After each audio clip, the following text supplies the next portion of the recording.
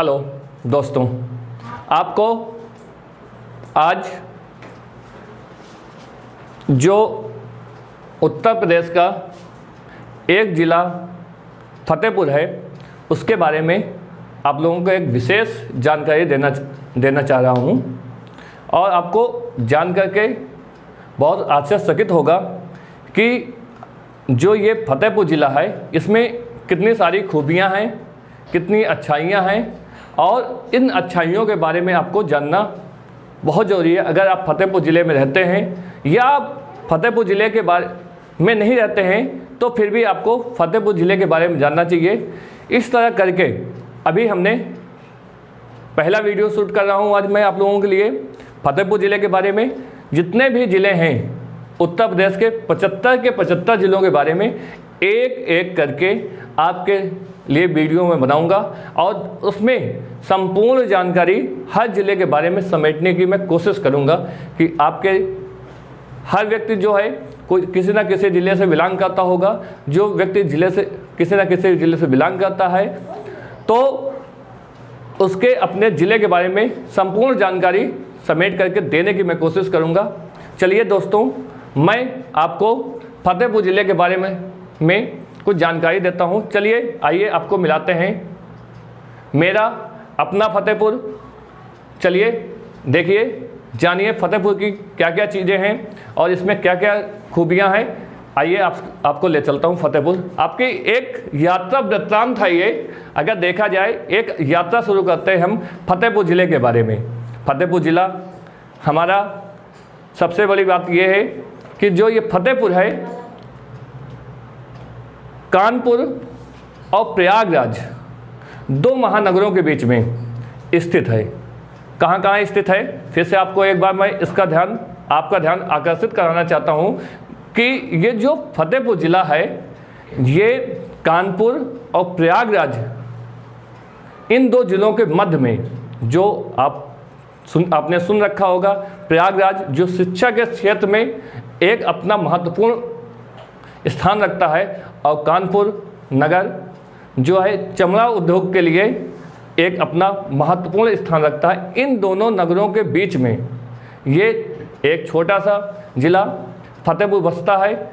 चलिए हम आपको उसके बारे में कुछ ब्रीफ जानकारी देते हैं। क्या है कि ये इसकी जो अवस्थिति है ये प्रयागराज और कानपुर के मध्य में स्थित है और जो ये प्रयागराज और कानपुर के मध्य में स्थित है यहाँ से कहीं ना कहीं थोड़ा से इसका टच लखनऊ से भी, मतलब सीमा तो साझा नहीं करता है, लेकिन ये लखनऊ से दूरी, इसकी फतेहपुर की दूरी देखी जाए कानपुर, प्रयागराज और लखनऊ से इसकी दूरी लगभग समान है।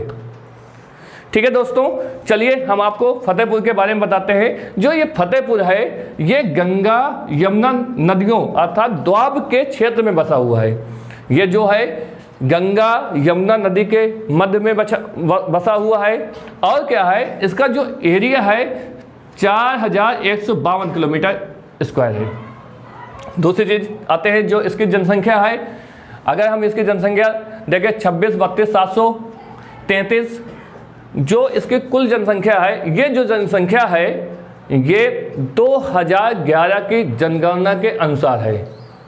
ठीक है, आगे आते हैं दोस्तों। जो इसका लिंगानुपात है 901 है, अर्थात 1000 लड़कों और लड़कियों में से इसमें जो लड़कियों की संख्या है वो 901 है 1000 पुरुषों की अपेक्षा में। अर्थात 1000 अगर पुरुष हैं तो उसमें से केवल 901 लड़कियां हैं, अर्थात 99 लड़के कुंवारे मरेंगे। ऐसा है, मतलब 99 लड़के जो हैं उनकी शादी ब्याह के लिए बहुत टेंशन होगी। अर्थात देखिए आप क्या साक्षरता में आते हैं। जो यहाँ के साक्षरता, जितने पढ़े लिखे लोगों का अगर साक्षरता देखा जाए 2011 की जनगणना के अनुसार 58.6% यहाँ की जनसंख्या है। दूसरी आगे आते हैं, आधिकारिक भाषा हमारे यहाँ की हिंदी है, लेकिन इस फतेहपुर ज़िले में कहीं न कहीं अवधी और बुंदेलखंडी का भी इसमें मिश्रण या भाषा का प्रयोग हम लोग करते हैं। जो इसका फतेहपुर ज़िले का उत्तर का एरिया है ये अवधी से प्रभावित है और इसका अवधि से प्रभावित है। और दूसरा क्या है, जो उत्तर के बाद जो दक्षिण का जो एरिया है, दक्षिण का जो एरिया है ये जो है थोड़ा से कहीं ना कहीं बुंदेलखंड से प्रभावित है, बुंदेली से प्रभावित है। ठीक है, तो आगे आते हैं हम दोस्तों। इसका जो ये फतेहपुर है ये एक प्रयागराज मंडल, अर्थात उत्तर प्रदेश में जो 18 मंडल हैं उसमें से एक मंडल है प्रयागराज। उस प्रयागराज मंडल का एक सब जिला है ये। और इसका प्रदेश क्या है, फतेहपुर जिला जो आता है वो उत्तर प्रदेश में आता है। और जो फतेहपुर जिला है ये रेलवे और सड़क मार्ग दोनों से जुड़ा हुआ है। यहीं से ग्रांड, जिसको बोलते हैं जीटी रोड या ग्रांड ट्रंक रोड, यहीं से निकलती है। और यहीं से इसी रेलवे फतेहपुर जिले से ही आपकी दिल्ली हावड़ा रोड जुड़ा हुआ है जो रेलवे लाइन का सबसे बड़ा है। और यहीं से कन्याकुमारी से जम्मू कश्मीर का जो हाईवे है यहीं से फतेहपुर जिले से होते हुए फतेहपुर जिले से प्रवेश करते हुए जाता है। ठीक है, अब उसके बाद आते हैं जो इसका राजस्व गांव है वो कितना है, 1521 राजस्व गांव है इसमें, ब्लॉक है 13 इसमें, पुलिस स्टेशन है 20। अच्छा, ये आपको बात समझ में आ गई होगी। ये तो आपको थोड़ी सी बेसिक जानकारी थी, लेकिन आपको हम बताते चलते हैं कि जो फतेहपुर है, फतेहपुर किन किन जिलों से अपनी सीमाएं साझा करता है। देखिए, पहली बात है रायबरेली से साझा करता है, फिर बांदा से साझा करता है, चित्रकूट से है, कानपुर नगर से है, हमीरपुर से है, उन्नाव से है, प्रतापगढ़ से है और कौशाम्बी से ये हमारा साझा करता है। और फतेहपुर जिले का जो मुख्यालय है वो फतेहपुर ही है। और इसमें जो फतेहपुर जिले में विधानसभा की जो सीटें हैं वो 5 हैं। कौन कौन सी, हुसैनगंज, खागा, फतेहपुर, बेंदगी, जहानाबाद। अगली बात हम चलते हैं, लोकसभा की जो सीटें हैं वो 1 है। फतेहपुर में 1 लोकसभा की सीट है जहाँ की सांसद हैं माननीय श्रीमती साध्वी निरंजन ज्योति जी।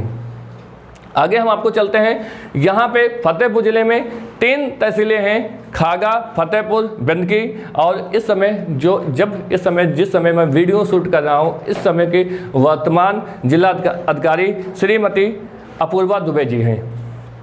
आगे चलते हैं, हम आपको फतेहपुर के बारे में हमने आपको बेसिक जानकारी दी, लेकिन दोस्तों हमारा जो फतेहपुर है, आपका फतेहपुर है, ये हम सब का फतेहपुर है, इसने बहुत सारे इतिहासों का गवाह स्थल भी रहा है ये। दोस्तों देखिए, हमारी बात ध्यान से सुनिएगा, कहीं आप मिस ना कर जाएं इस बात को। जो ऐतिहासिक स्थल में सबसे बड़े जो नाम आते हैं, निकल कर के आते हैं, बावनी इमली का नाम आता है, भिठौरा घाट का नाम आता है, हदगाम का आता है, रेहन का आता है, उसके बाद असोथर आता है, असनी घाट आता है, खजुआ आता है। और फतेहपुर ज़िले में एक मुख्यालय है, वहाँ पे उसका जिसका नाम है हजारी लाल फाटक, एक उसमें उसको भी शामिल यहाँ पे किया गया है। ठीक है दोस्तों, आते हैं थोड़ा सा जो इतिहास के बारे में हम लोग चलते हैं, आगे हम चलते हैं इतिहास क्या क्या कहता है, हमारा इतिहास, हमारा फतेहपुर का इतिहास क्या है आपको हम बताते चलते हैं। यहाँ पे सबसे बड़ी बात है, सबसे पहले हम स्टार्ट करते हैं जो ऐतिहासिक स्थल रहा है, बहुत ही फेमस है। आप लोगों ने, अगर आप पढ़े लिखे हैं या नहीं पढ़े लिखे हैं तो कहीं ना कहीं आपने सुना होगा बावनी इमली का नाम। जो बावनी इमली है ये बावनी इमली में एक साथ हमारे देश के क्रांतिकारियों को अंग्रेजों के द्वारा जब 1857 का बिगुल बजता है तो उसके खिलाफ में या उसके अंग्रेज़ों को भगाने के लिए जो हमारे देश के फतेहपुर ज़िले के जो क्रांतिकारी नेता होते हैं उनको अंग्रेज़ों के द्वारा 52 लोगों को एक साथ फांसी दे दी जाती है। जो ये बावनी इमली है, ये बेंदकी तहसील, फतेहपुर का एक बेंदकी तहसील है।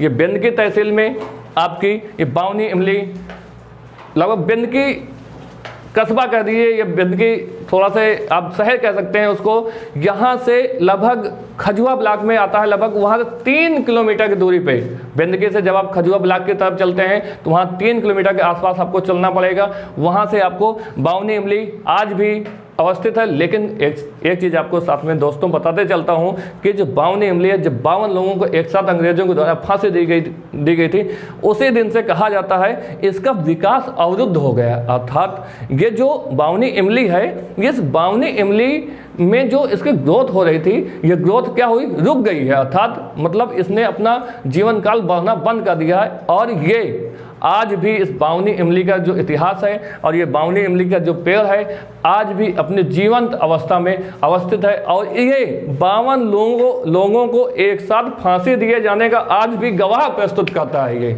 इससे बड़ा दुर्भाग्य हमारे साथ में क्या हो सकता है दोस्तों, कि एक साथ किसी पेड़ में 52 लोगों को लटका करके अंग्रेजों के द्वारा फांसी दे दी जाती है और हम लोग चुपचाप शांति के साथ खड़े रहते हैं और कुछ नहीं कर पाते हैं। लेकिन आज वही क्रांतिकारी नेताओं की बदौलत आज हमारा देश आज़ाद है। तो आगे चलते हैं दोस्तों, भिटौरा के बारे में थोड़ी हम जानकारी देते हैं। भिटौरा घाट हमारे भृगु ऋषि की तपोस्थली रहती है।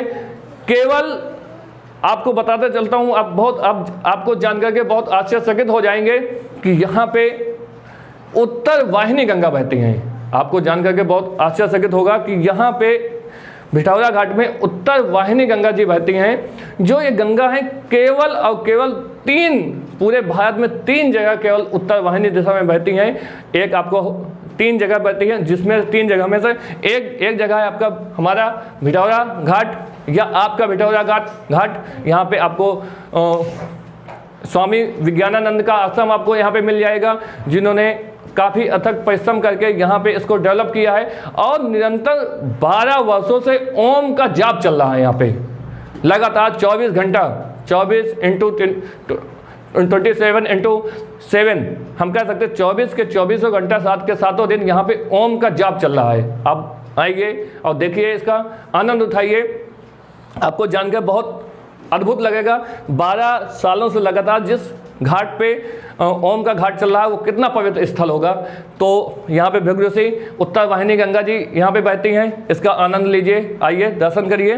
उसके बाद आते हैं हदगाम के बारे में आपको हम बताते हैं। जो हदगाम है ये बहुत ही अपने साथ में जन्म स्थली, ये तपोस्थली रहा है। आपने सुना होगा गणेश शंकर विद्यार्थी का नाम, जो गणेश शंकर विद्यार्थी और एवं उर्दू के शायर इकबाल वर्मा का जन्म स्थान रहा है। साथ में सिखों के 5वें गुरु अर्जुन देव जी का तपोस्थली रही है ये। मतलब अर्थात कहा जाता है कि जो हदगाम है अपने साथ इतिहासों का गवाह है। हदगाम हमारा जो एरिया है, ये हदगाम क्या है, हदगाम जो है ये ऐतिहासिक स्थलों का गवाह है। और रेहन के बारे में आपको बताते चलते हैं। कहते हैं इतिहास में गवाह कि ये कृष्ण के बड़े भैया बलदेव की ससुराल थी यहाँ पे, हमारे फतेहपुर डिस्ट्रिक्ट या आपके फतेहपुर डिस्ट्रिक्ट में क्या था, ये बलदेव की ससुराल थी। आगे हम चलते हैं दोस्तों, असोथर है, असनी घाट है, खजुआ है। आपने खजुआ का नाम तो बहुत ही फेमस सुना होगा, जिसने भी इतिहास पढ़ के रखा होगा। क्या कहते हैं, औरंगजेब के भाई शाह शुजा का युद्ध, अपने उत्तराधिकार अर्थात दोनों भाइयों में गद्दी को लेकर के एक युद्ध होता है। जो ये युद्ध है यही खजुआ में होता है और जिसमें औरंगजेब विजयी होता है और शाह शुजा मारा जाता है। ये हमारा खजुआ जो है ये बिंदकी से लगभग 8 से 10 किलोमीटर के आसपास दूरी पे अवस्थित है। और यहाँ पे जाइए, आज भी यहाँ पे इनका किला है, बहुत बड़ा किला है।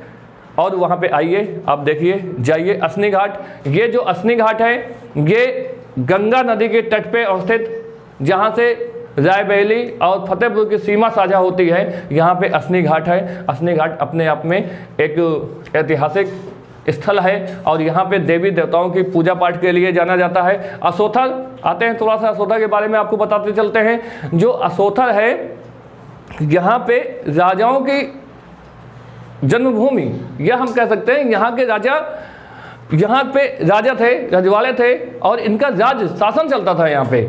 और एक चीज़ और चलते हैं साथ में कि आपको बताते चलते हैं दोस्तों कि यहाँ पे ठाकुर दरियाव सिंह लोधी जो अंग्रेजों के खिलाफ 32 दिनों तक इस फतेहपुर जिले को आज़ाद करा के रखे थे। आपको जानकर बहुत आश्चर्यचकित हो रहा होगा। ये जो घटना है ठाकुर दरियाव सिंह लोधी के बारे में जो आपको बता रहा हूँ, ये 1858 के आसपास की घटना है, क्योंकि 1857 की जो क्रांति होती है उसी के बिगुल में भारत को आज़ाद कराने के उद्देश्य में ये सारी घटनाएं घटती हैं। तो हमारे एक क्रांतिकारी का नाम ठाकुर दरियाव सिंह लोधी जी का भी आता है, जिन्होंने अंग्रेजों से 32 दिनों तक इसको आज़ाद करा के रखा था। तो ये मैंने आपको ये फतेहपुर ज़िले के बारे में लगभग जानकारी एक छोटे से वीडियो के माध्यम से समेटने की कोशिश की है। अगर ये आपको जानकारी अच्छी लग रही हो तो इस वीडियो को ज़्यादा से ज़्यादा लोगों तक पहुंचाने का काम करें, कि कम से कम अगर आप इस वीडियो को देख रहे हैं, सुन रहे हैं, तो अगर आपको जानकारी हो रही है तो आपके दोस्तों को, आपके यारों को, अपने मम्मी को, पापा को, सबको शेयर करने की कोशिश करें। अगर बुजुर्ग देख रहे हैं तो अपने बेटों को दिखाइए, अगर बच्चे देख रहे हैं अपने माता पिता को दिखाइए, जिससे हमें ये जानकर के आपको अच्छा लगे कि हमारे फतेहपुर या आपके फतेहपुर या इस प्रदेश के जो लोग हैं उनके फतेहपुर के बारे में क्या क्या चीज़ें हैं। आपको जान करके ये कैसा लगा? मैं आशा करता हूँ कि आपको जान करके ये बहुत अच्छा लगा होगा। मैं आपसे उम्मीद करता हूँ इसका जो नेक्स्ट पार्ट होगा, नेक्स्ट ज़िला होगा, आपका नंबर है, आपके ज़िले का नंबर है। इस वीडियो को अगर मेरी जानकारी अच्छी लग रही हो तो इसको लाइक करिए, सब्सक्राइब करिए चैनल को और प्रोत्साहन मुझे दीजिए, जिससे मैं ज़्यादा से ज़्यादा ऐसे वीडियो और बना सकूं आप लोगों के लिए। मैं आप लोगों से नमस्ते, ठीक है दोस्तों, बाय बाय। मिलते हैं अगले नेक्स्ट वीडियो में।